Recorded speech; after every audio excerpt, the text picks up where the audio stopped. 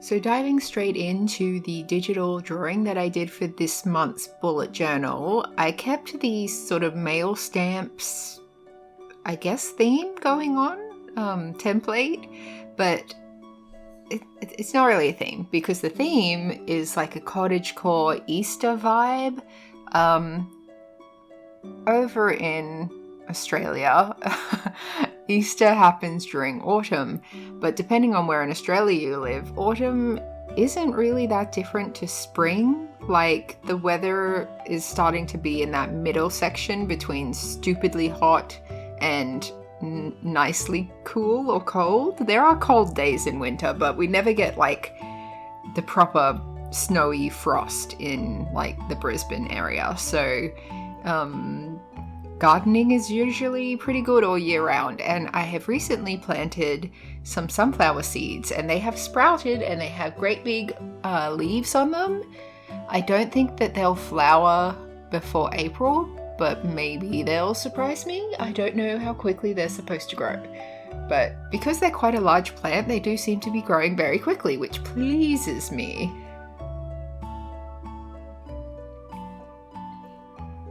Anyway, I didn't want the Easter theme of April to be all pastels and pink flowers and things like that. I feel like that's nice, but it doesn't have the same vibe that I get during Easter. I guess we don't really celebrate Easter that hardcore where I live or in my family or whatever, but we exchange chocolate eggs and see family, and that's nice, and that's about it.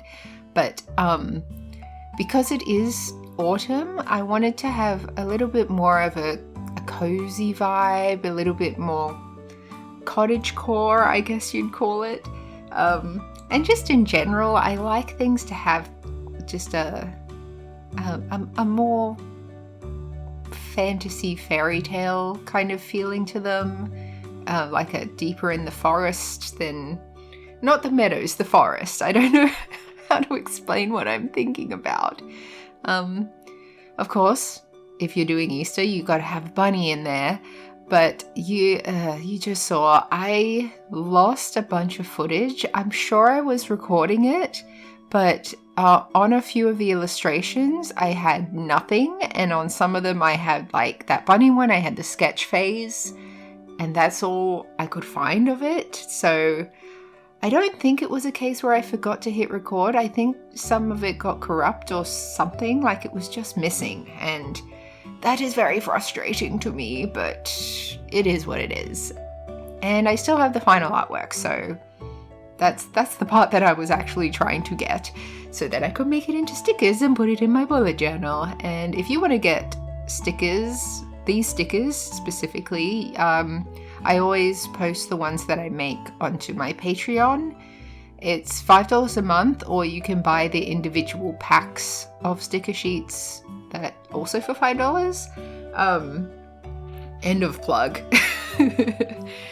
But yeah, you can basically print out, well, it's not the end of the plug because I'm still going. You can print out exactly the A4 sheets that I made for myself to use in my bullet journal, and you can stick them wherever you want.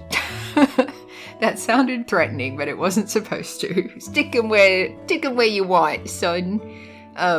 Yeah, I do like with this style of illustration that I can play with the colors more and make things like that egg yolk look really like when you break it open and it oozes everywhere. It looks really nice.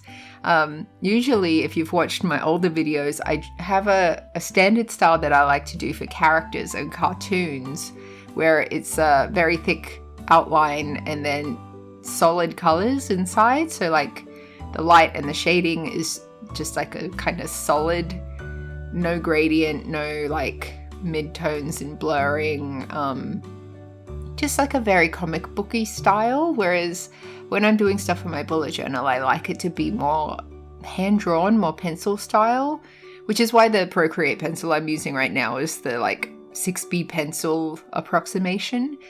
I just find it's the most pleasurable to draw with, and it gives me the style that I'm looking for when it comes to journaling. I do experiment a lot with the background, sorry. The final ones look nice. I don't know what I was thinking for half of what I experimented with, but I guess that's why you experiment. Another Eastery one, a basket full of eggs. Very original. I did try to be a little bit more original with the colors. So like, I don't keep these orangey colors, or maybe I do for the basket, but like the color themes, which with each theme I like to choose the colors before I really focus too much on what I'm drawing, but the colors are more like blues and greens and still kind of in the pastel range, but no pink. I want, yeah, you get what I'm going for. I keep being like, I want it to be like this, but you can see what I'm trying to do. So hopefully you like it. If you do, let me know in the comments or hit the like or any of that business. It does mean a lot when there's people out there who think the stuff I make is cool. I know it's silly, but I'm a human and humans like validation, so wow.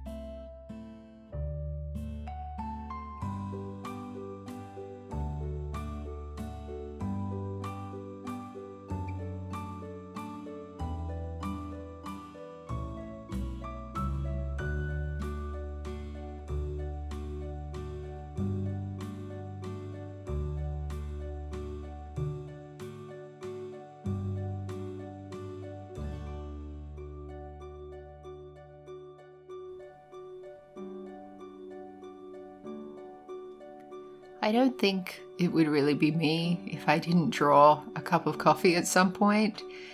Usually drawing a cup of coffee is like my warm-up sketch, but I don't know, I keep drawing things where I'm like, okay, this is my inspiration thing that I want to draw, and I get that out and I'm like, okay, well, what else can I draw now? Because I don't just want to have the same image on every page of my journal. And then it sort of turns into something that's cozy because I always like my journal to be cozy, and sooner or later a warm beverage always pops up. And I ended up calling this piece the Cookie Monster piece because I keep the mug blue, and I decided that I wanted to add in something extra so it's not just a cup of coffee. And you can see at first I'm trying to go with like the steam coming off of the coffee and like maybe a love heart shape. I decided I didn't really like that, so I got rid of it. And then I draw cookies. So I wasn't thinking of it while I was drawing this. It was more after I'd printed things out, and I realized that that particular shade of blue coupled with a cookie is very Cookie Monster like themed. Like that's Cookie Monster blue. And then I'm drawing a cookie. So once you see it, you can't unsee it, I guess. But yeah, now I want to eat cookies. Have I done that to you as well? Are you in the mood for a chocolate chip cookie now? Is anyone ever not in the mood for a chocolate chip cookie? Maybe if you're gluten intolerant or you can't have chocolate or something, but even then I feel like you'd be in the mood for it. You just can't have it, which is, I'm sorry if that's you.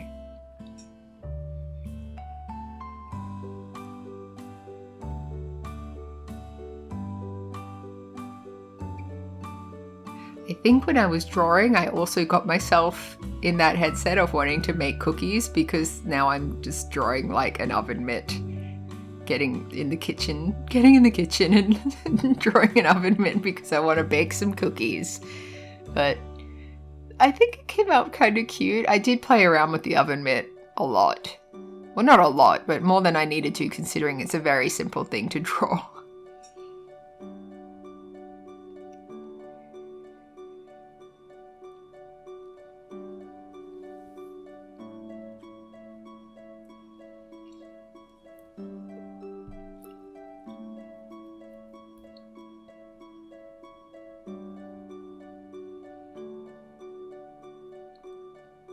It is my favorite thing about digital drawing versus physical, literal drawing is that you can squash and stretch the image, you can change the color.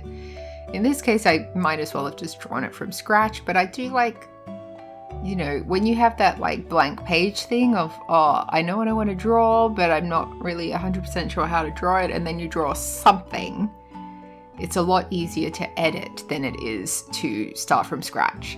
So, as you can see here, still playing around, still trying to figure out what I want it to be. I think that the thing is, like, an oven mitt can have any pattern on it. It can kind of be any shape as well. There are a lot of strangely shaped oven mitts, a lot of very simple oven mitts. In the end, I went for kind of a patchwork thing, but yeah. It is what it is. I feel like I say that too much, but whatever, that's my vocabulary. It is limited. So now I'm trying to draw a carrot cake, because with Easter, I feel like I do see a lot of carrots because they go hand in hand with the Easter bunny and stuff, but I would rather have carrot cake than a carrot. Carrots are fine. Apparently when I was little, I absolutely detested carrots. I do remember like refusing to eat them, but I'm not really sure that I hated them any more than any other vegetable. I just wasn't the kind of child who enjoyed vegetables. And now I'm facing the issue here. You can see where I have cream cheese frosting, which is a very light color, and I need it to stand out from the background, but I didn't particularly want the background to be very dark.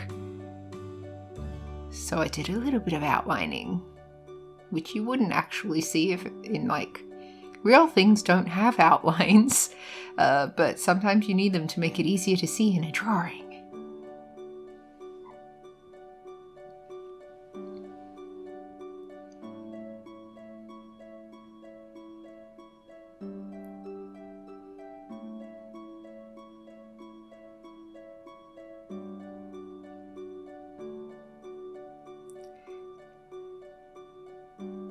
Well, last year I drew a lot of chocolate eggs and hot cross buns and things like that for my Easter spread. I have been thinking about how, like, as good as chocolate eggs are, real eggs are just phenomenal. I love a boiled egg. I love scrambled egg. Eggs are good. Just real eggs are good. So I have incorporated them a couple of times in this bullet journal theme. And then I think this one, I didn't really know what I was going to do. I think it originally was going to be a vase, and then I saw this picture of an antique teapot on Pinterest, probably. I'm always on Pinterest. And just the shape of it really intrigued me, and I was trying to capture that. And I think I was trying to make it purple just to match the theme, but I ended up not liking that. So I think I ended up making it into like a copper teapot, but the one that I was drawing from Pinterest, I think it might have been purple, and that's what first caught my eye, but it was ceramic, and then I decided to make it metal. But it's like, don't you agree? Just there's something about just a really beautifully made everyday object that just has just the, like, nostalgia is probably not the right word, but there's just some beauty to it that a lot of stuff we get these days just doesn't have.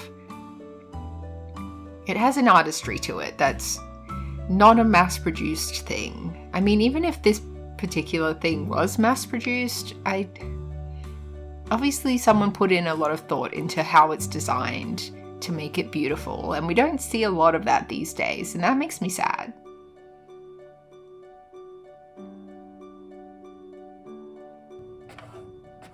Okay, so some of these you didn't see me draw, but I promise you I did draw them. And now we're up to the way that I set out the actual journal itself. As with most months these days, since I got my acrylic paint markers, I like to color in the boxes for my monthly spread.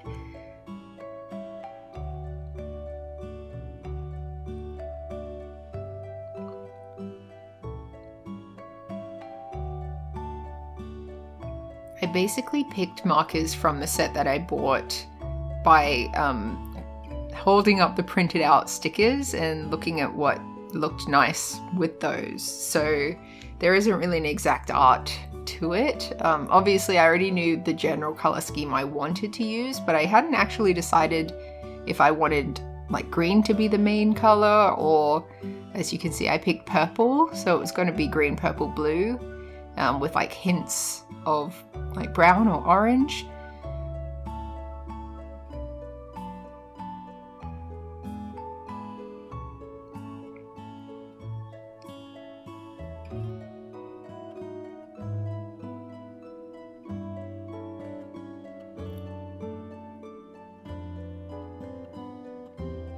I used my stamp set to, I colour them in with just like Crayola markers because I don't have a million different ink pads, and then yeah, I put the numbers on with the stamp set. I really like how that looks. I'm glad I bought the stamp set. When I first got into journaling, I was like, well, I want to practice my art, so I won't buy anything for it. I'll just be drawing into the bullet journal on every page, and that'll just be like how I decorate it. But it very quickly got overwhelming to have to draw new artwork on every single page, and if the page wasn't aesthetic enough for my liking, I wouldn't use it. Like I wouldn't come back to the journal. So a couple of hacks that I've done to make sure that I'm actually using my journals are to like give myself a break and use stickers and like use things that make it easier to make it look nice so that I do come back to look at it and actually write in it. But also one of the things is you'll have seen in my previous journals and when I do these individual pages that I include parts to fill out that you need to do every day, specifically the weather. I found that the weather app that I use to get the exact maximum and minimum temperatures, which I write into the journal, they're only available on the day. There isn't anywhere in the app where you can say, what was yesterday's maximum?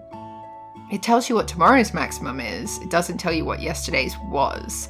So that requires extra steps in Googling. You have to find it somewhere else.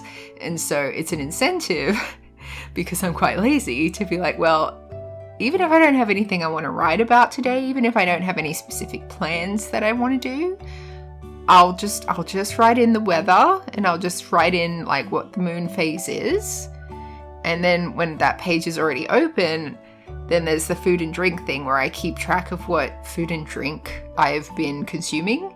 So that's not where I plan my food and drink, that's where I keep track of what I actually had. And so once the page is open, I might as well write in what I had for breakfast. And it kind of just goes from there. And yeah, I will often write in the morning, usually as a reflection of yesterday, and then in the nighttime or the afternoon as like how the day is going.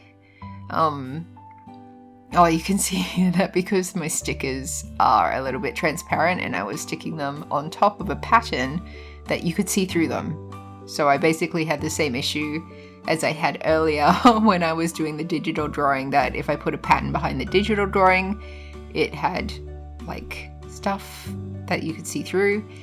And on that first one, I tried to color in behind it, but that affected the adhesive.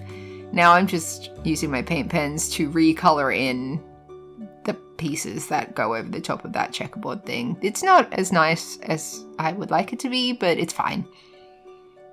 The colors are good enough.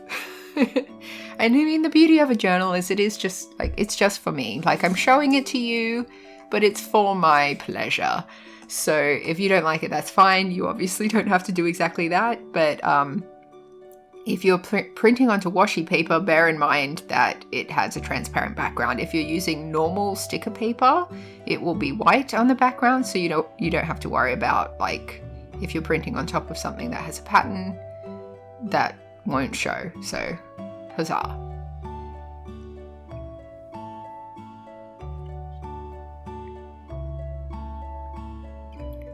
Yeah, so here where I was talking about writing in the weather, the minimum and maximum, that's where that box with the diagonal line is.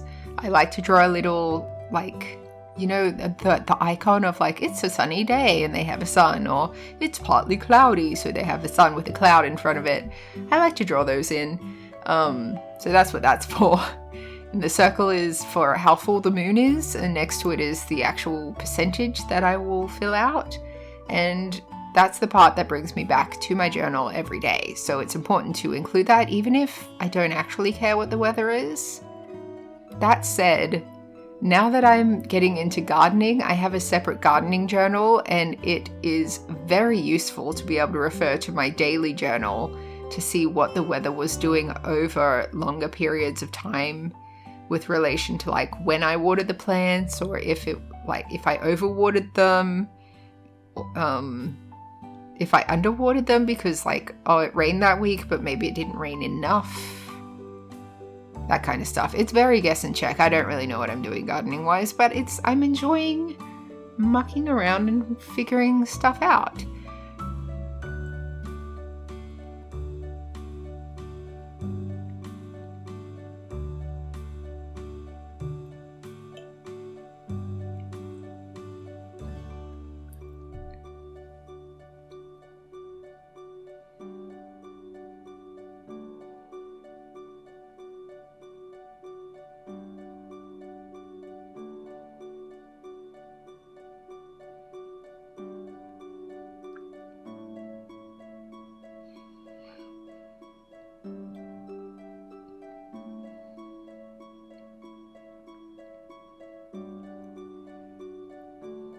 I didn't end up liking the colors that I did for that separator, so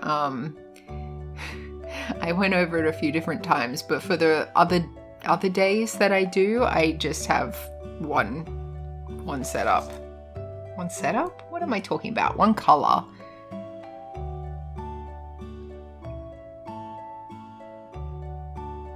Cookie Monster.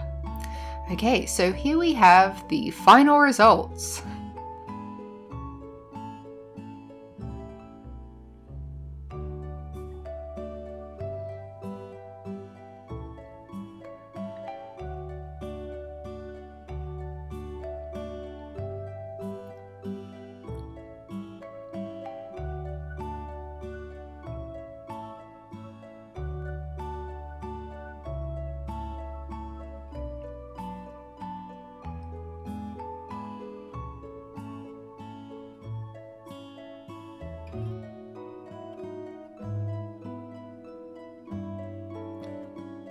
I hope you like what I've done with the journal, and if you want those stickers, head over to my Patreon. You can just get the one set, but it is better value if you subscribe. You can unsubscribe anytime, and I appreciate